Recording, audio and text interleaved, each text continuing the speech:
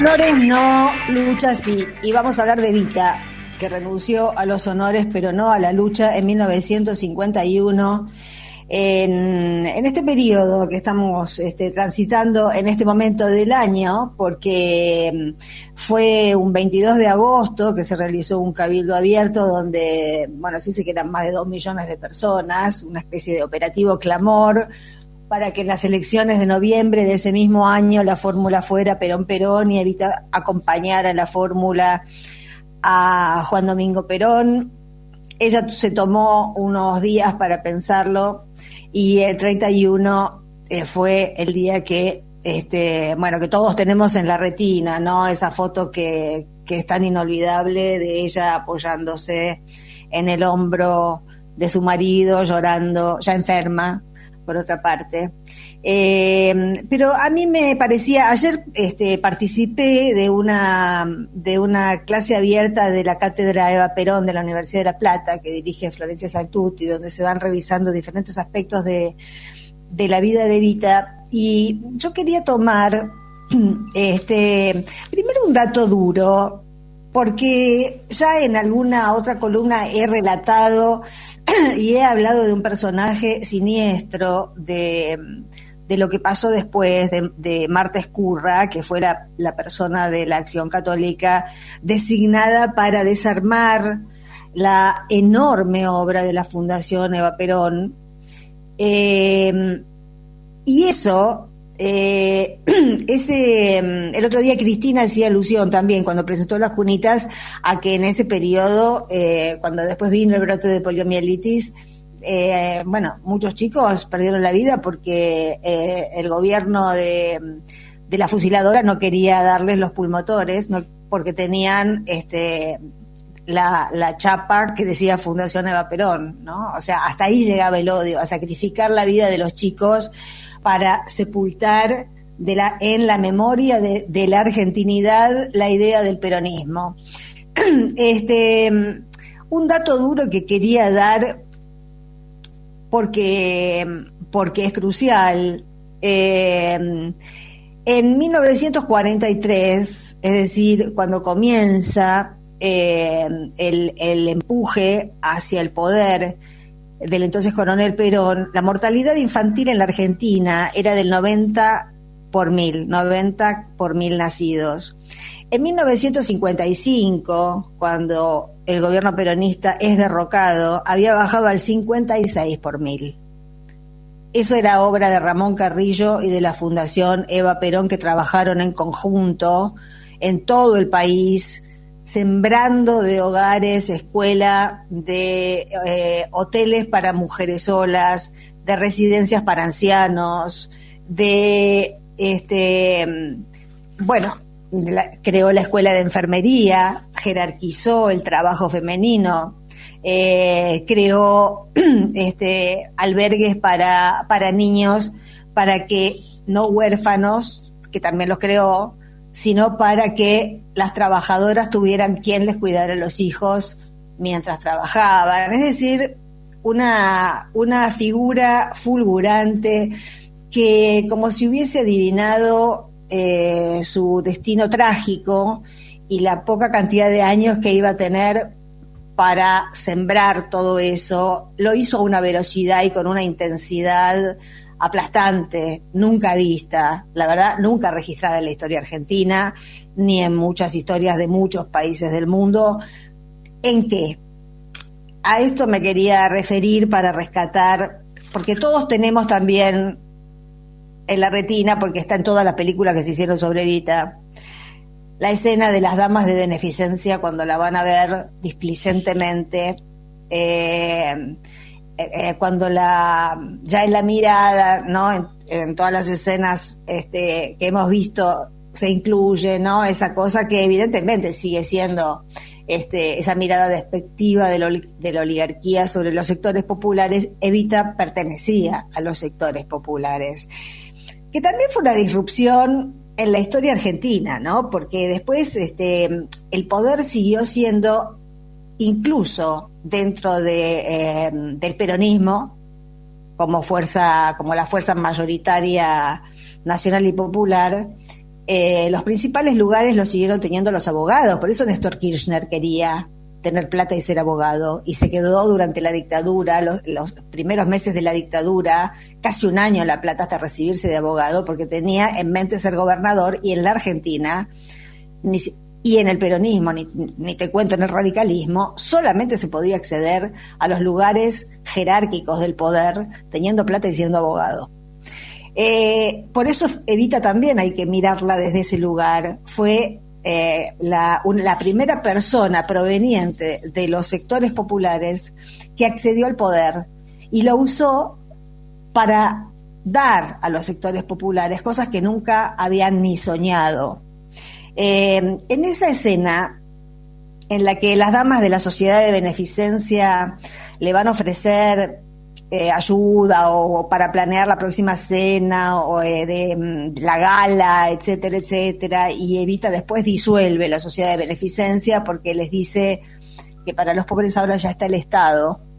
Esa frase yo la reactualizo siempre que la pienso con lo que dijo Lula hace mucho menos años, que el Estado está para los pobres porque los ricos se arreglan solos.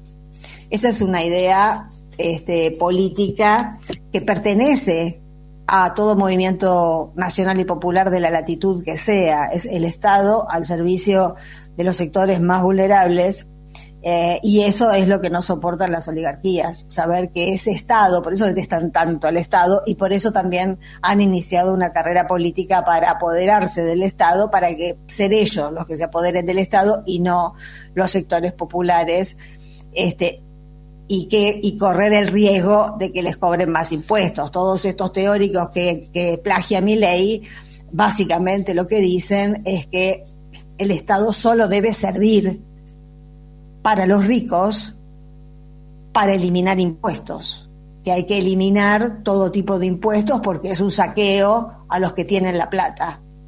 Lo social, la dimensión de lo social, no existe en esas teorías económicas, en el neoliberalismo, no existe para los trumpismos, no existe.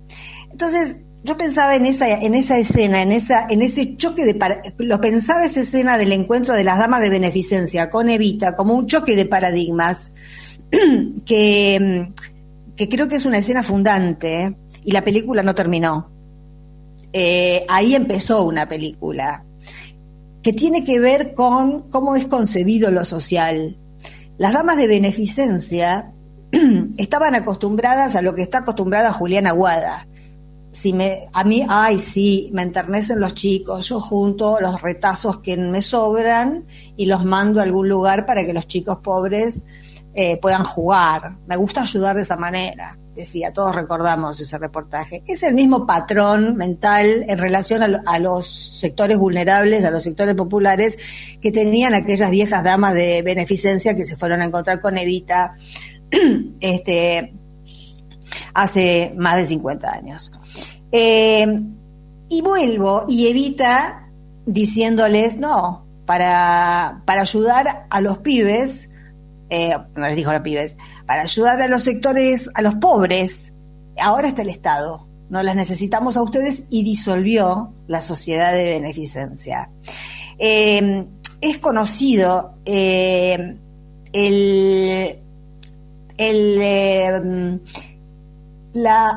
¿cómo decirlo? El lujo, de alguna manera, sí, el lujo, ese plus, porque no es que solamente les daba comida, no es que solamente les armaba hogares abrigados para que no tuvieran frío, para que tuvieran para que tuvieran las 4 comidas, no. Había una necesidad en Evita que yo creo que era pulsional, que esa fue también su manera de cubrir sus propios vacíos internos. Lo hemos comparado en alguna que otra vez con Milagrosala, eso, ¿no? Lo que a uno le faltó, en lugar de resentirse, darlo por demás a los otros. Y en esos hogares había platos de porcelana, cristalería checa, muebles que habían sido importados, Cuando se produce la fusiladora, y bueno, Carrillo ya no estaba, se designa un coronel Rocher y viene Marta Ezcurra a desarmar todo lo que era la Fundación Eva Perón, que era una cantidad enorme de edificios, de lugares, de hoteles, que fueron convertidos en muy poco tiempo en casinos, por ejemplo, o desmantelados y abandonados, y se llegó a tirar al río toda la cristalería y toda la porcelana. Lo que decía Ezcurra en sus informes es que a los chicos se les daba un trato de lujo casi excesivo. Ahí está el exceso, y ahí es donde uno, si amplía el oído y amplía la sintonía, lo vuelve a escuchar a Sturzenegger, a Pratt Guy, a todos los que alguna vez dijeron lo que pensaban, casi todos ellos en ámbitos, Sturzenegger lo dijo en Estados Unidos, sin pensar que lo iban a pasar acá, Echevere, bueno, toda esa calaña de gente que en los últimos años ha dicho que el populismo, digamos, hablando de los últimos 3 gobiernos peronistas, había engañado a la gente porque les había hecho creer que podían comer lomo, o que podían tener un celular, o que podían irse de vacaciones, que todo eso había sido un engaño. ¿Por qué un engaño? Porque porque para ellos, en la naturaleza de un pobre, hay una inmovilidad. El pobre no puede dejar de ser pobre. Hablan de meritocracia para decir algo, pero en su concepción y en las acciones políticas concretas que desarrollan, nadie puede, no hay movilidad social ascendente, nadie puede salir de su lugar. Esta es la vieja política de todas las sociedades de castas que ha habido durante siglos. Por algo en Inglaterra se habla de los de arriba y los de abajo, por algo en tantos países el hijo del carpintero aprende carpintería, porque no hay un horizonte de pensar en mi hijo el doctor, como fue, digamos, una de las bases fundantes de la argentinidad.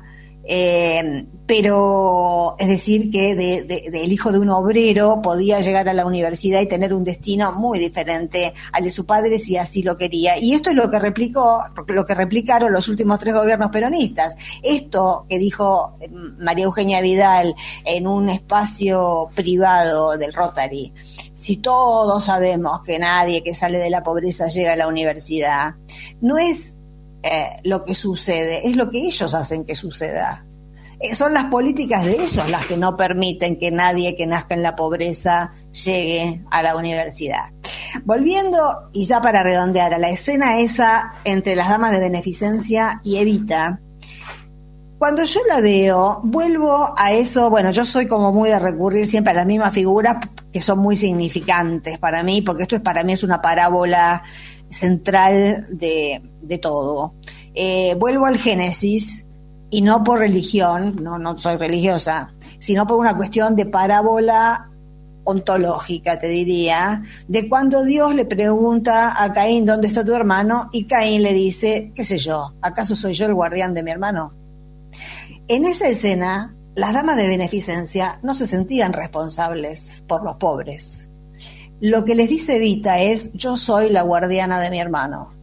Y esto es lo que dicen todos los movimientos nacionales y populares de todo el mundo. Nosotros somos los guardianes de nuestros hermanos, y nosotros tenemos que hacernos cargo del que tiene frío, del que tiene hambre, del que no tiene trabajo, y no lo tenemos que hacer, y acá sí es el plano de Evita, que fue única, digamos, única en esa especie de fanatismo.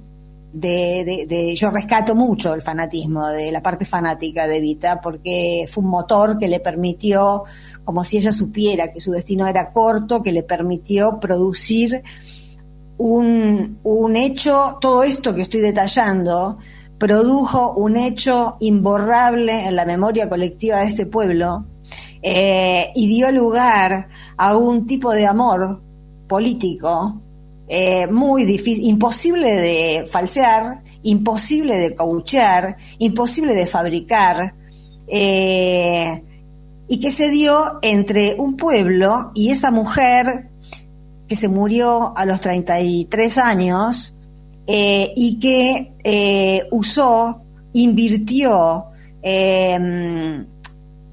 donó. Donar, por ahí es una palabra más ajustada, los últimos 5 o 6 años de su vida en producir el hecho social más apabullante y más impresionante que registra la historia argentina, y que fue adelantarse, y esto es hace poco que me di cuenta, ser una adelantada de una manera crucial en lo que significa cuidar a los demás, en el estado de cuidado. Mientras Evita desarrollaba todas esas actividades y pensaba en qué más puedo darles, qué más pueden tener, qué más puedo hacer para hacerlos felices, lo que estaba haciendo era inaugurar ese estado de cuidado con el que ahora estamos soñando.